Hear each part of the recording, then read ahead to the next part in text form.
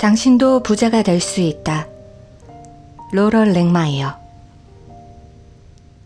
8분간 질문 8개로 평생 부창출 계획 짜기. 8분간 질문 8개에 답하기는 백만장자가 되기 위해 자신의 현 상태를 파악하는 첫걸음이다. 질문 1. 월 수입은 얼마인가? 레너드 부부는 두 아들을 쳐다보았고 나는 이들이 아이들 앞에서 그런 이야기를 해도 좋은지 망설이고 있음을 감지했다. 돈에 대한 대화는 너무 오랫동안 금기시이 되었어요. 이제는 터놓고 이런 이야기를 해서 돈에 대해 도움도 받고 배워서 아이들에게 가르쳐줘야 할 때예요. 메리가 끄덕였다. 저는 1년에 25,000달러를 벌고 이인은 5만 달러를 벌어요. 내가 이 질문을 하면서 원하는 답은 세전 형태, 그러니까 세금을 내기 전에 벌어들이는 돈에 대한 정보다. 또한 사업에서 소득이 얼마나 되는지도 알아야 한다. 세상에는 두 가지 세금 제도가 있다. 하나는 가난하고 교육받지 못한 사람들을 위한 제도다. 사람들은 재정을 설계할 줄 몰라서 한 해에 수십억 달러를 초과 지급한다. 또 하나는 부유하고 교육받은 사람들을 위한 제도다. 이들은 불필요한 지출을 줄이고 이것을 자산으로 축적한다.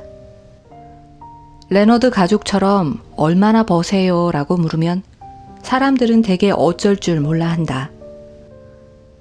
대다수는 돈에 관한 대화가 좋은 게 아니고 경제적인 성공이나 실패는 사사로운 일이니 논의할 문제가 아니라고 배우며 자란다.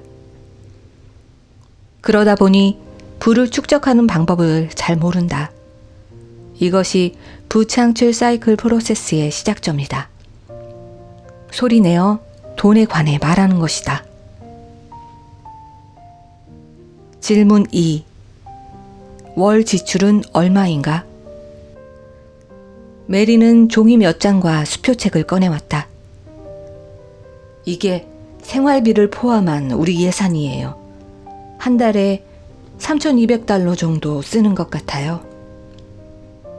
일단 이제부터는 한 달에 정확히 얼마나 쓰는지 알아야 해요. 둘째로, 앞으로는 지출 목록을 열거하는 예산을 만들지 마세요. 이 과정은 예산 짜기나 생활 규모 축소가 핵심이 아니에요.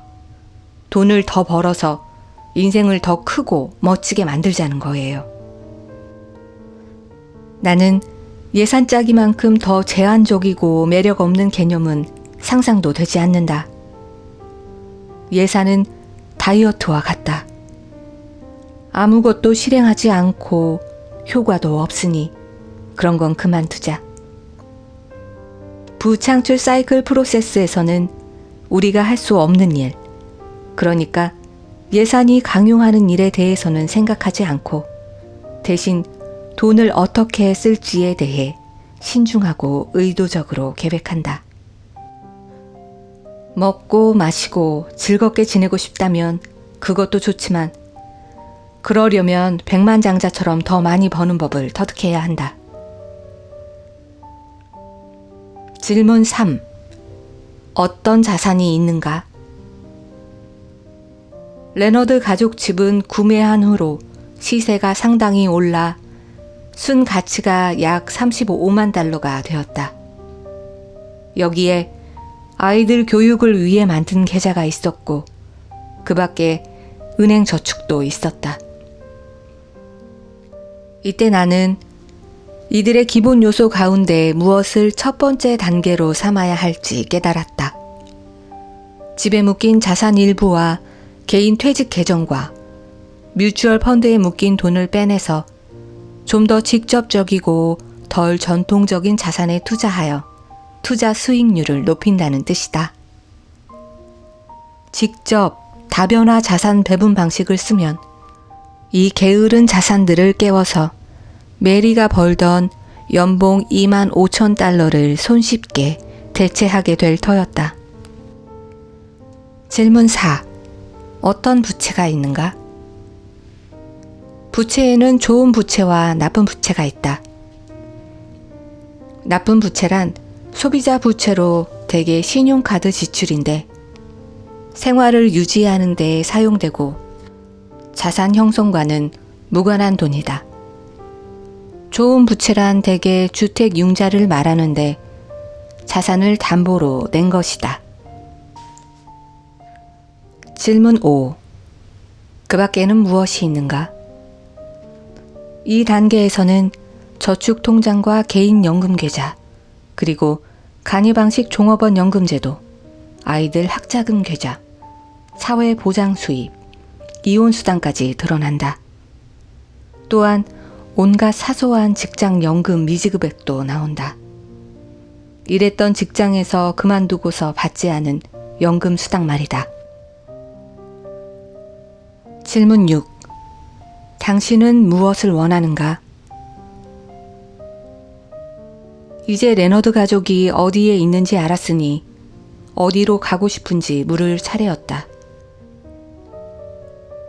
2, 3년간 레너드 가족이 부창출 사이클 프로세스를 거치는 동안 나는 그들이 정한 자유의 날 목표에 다음이 포함되리라는 점을 알았다.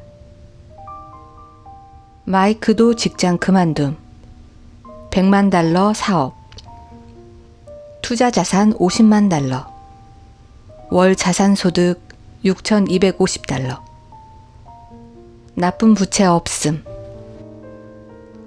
이들은 3년 이내에 이것을 손쉽게 성취할 수 있을 터였다. 질문 7. 돈을 벌기 위해 어떤 기술을 사용하는가? 제가 일하던 곳은 메리가 설명하려 했지만 나는 그녀의 말을 끊었다. 어디에서 일했는지는 흥미롭기는 해도 도움은 안 돼요. 더구나 메리는 거기를 그만두고 다시 돌아가지 않을 테니까요. 저는 두 분이 지닌 기술이 무엇이고 돈을 어떻게 버는지가 궁금한 거예요. 저는 관리보자였어요. 조직 기본 관리죠. 그리고 의사소통 기술과 컴퓨터 기술이 있죠.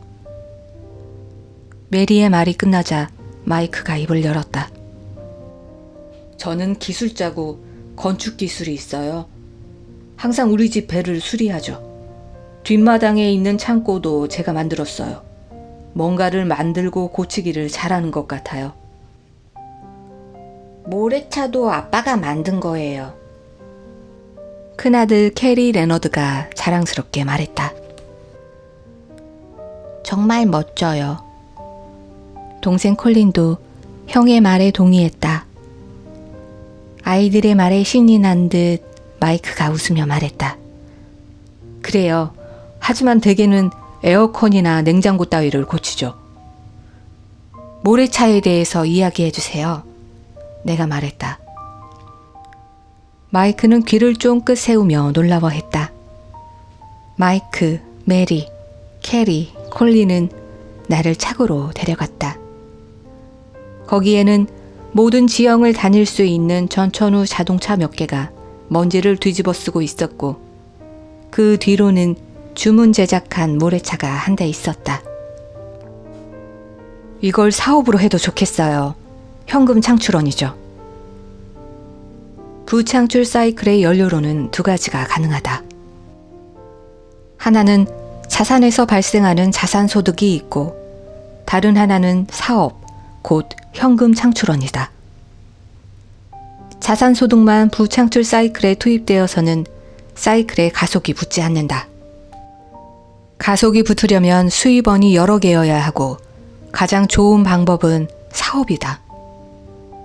제가 사업을 한다면 음식점을 하고 싶어요. 모래차 판매 말고요. 음식점을 하게 되지는 않을 거예요. 아직은 아니에요. 원하는 걸 하기 전에 버는 법부터 배워야 해요. 현금 창출원을 만들 때는 두 가지 학습 곡선을 따라갈 수 있다. 1. 기존 기술을 활용하는 사업. 2. 새로운 기술을 활용하는 사업. 올바른 사업 선택의 열쇠는 당신이 어디에 가더라도 일주일 이내에 수입을 올릴 수 있는 기술을 고르는 일이다. 그것이 부창출원이다. 익숙한 분야에서 사업 설립 기술을 배운 뒤에는 어떤 분야에도 적용할 수 있다. 메리의 경우 음식점 사업이 되겠다. 누군가 경험도 없고 당장 써먹을 기술도 없는 분야에서 사업 운영 방법을 배우려 애쓰는 모습을 보면 한 푼도 벌기 전에 혹은 기업가 정신에 대해 조금이라도 배우기 전에 그만두게 될 모습이 눈에 훤히 보인다. 이미 사업체가 있는 사람은 그것이 정말 현금을 창출하는지 확실히 해야 하고, 그러려면 마케팅과 유통을 훨씬 강조하고 그쪽 능력을 키워야 한다. 내가 보기에 모래차 사업은 레너드 가족이 현금을 만드는데 가장 빠른 길이었다. 그 정도 기술이라면 가족 전체가 뛰어들 만한 사업 기회가 될 터였다. 마이크와 아이들은 차를 디자인하고 만든다. 메리와 아이들은 마케팅하고 판매한다. 1년에 3대만 팔아도 마이크의 소득 5만 달러는 대체할 수 있었다. 캐리와 콜리는 부모님과 사업을 한다는 생각에 들떴다. 아버지가 모래차 만드는 걸 도와줄 때면 늘 즐겁기도 했었고, 엄마와 함께 마케팅한다는 생각에 힘이 난 것이다. 질문 8. 부창출 사이클을 만들어 시행할 뜻이 있는가? 내가 만나는 사람 중 90%는 경제적으로 혼란스러운 상태에 놓여 있다. 재정 상태를 정리하는 가장 빠른 방법은 실행이다. 나는 의뢰인들이 스스로 준비가 되지 않았다고 생각하더라도 행동해야 한다는 점을 배웠다. 융자를 내려고 은행에 갈 만큼 재정 상태를 더 빠르게 정리할 경우는 없으리라. 하지만 정리할 때까지 기다렸다가 은행과 약속을 잡으면 한없이 늘어질지 모른다. 바로 그런 까닭에 지식이 있는 사람과 팀을 이뤄 도움을 받는 방법이 빠르게 돈을 버는데 필수다. 전체를 아는 사람과 협력하면 실수를 피할 수 있다. 레너드 부부는 서로 쳐다보더니 다시 들떠있는 아이들을 쳐다보았다. 이제 본격적으로 백만장자 만들기 프로젝트를 가동시킬 시간이었다.